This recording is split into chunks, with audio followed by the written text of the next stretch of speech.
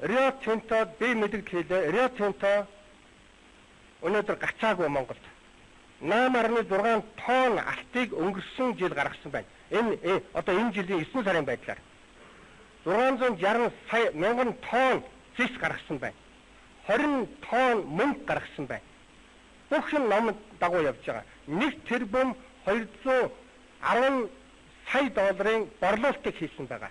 Энэ бүх мөнгө Монголд орж ирэхгүй байгаа. Энэ ашиг орж ирэхгүй байгаа. Энэ дээр энэ ашигаас зардал нэртэйгээр маш их одоо зардлыг Монголын улс төрчдийн компаниудад ашигтай байдлаар бараагаа нийлүүлж байгаа. А Монголын ард иргэдэд татвар ногдол ашиг юу ч байхгүй. Бүр хасах 284 тэрбум төгрөгийн одоо борлуулалт одоо ашигтай ажилласан гэж хасах. Бид үндсэндээ өрөнд орж байгаа гэсэн.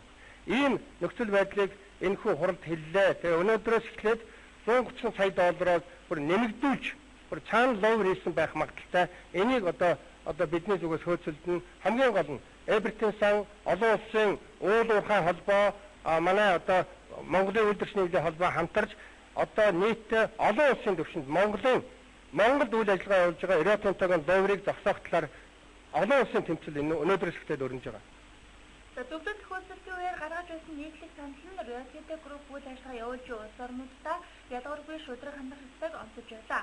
Ингэхдээ тухайн үйл ажиллагаа явуулж буй орныхоо хөгжлийн байдлыг ялгуулахгүйгээр нийгмийн харилцаа эрхэмлэн улсад нь боловсрол эрүүл мэндийн салбарт хөрөнгө оруулалт, ажлагчдын цалин, тэнцвэртэй тогтоох зэрэг асуудлыг олон улсын үйлдвэрчний эвлэлийн байгууллага хэлж байсан юм а.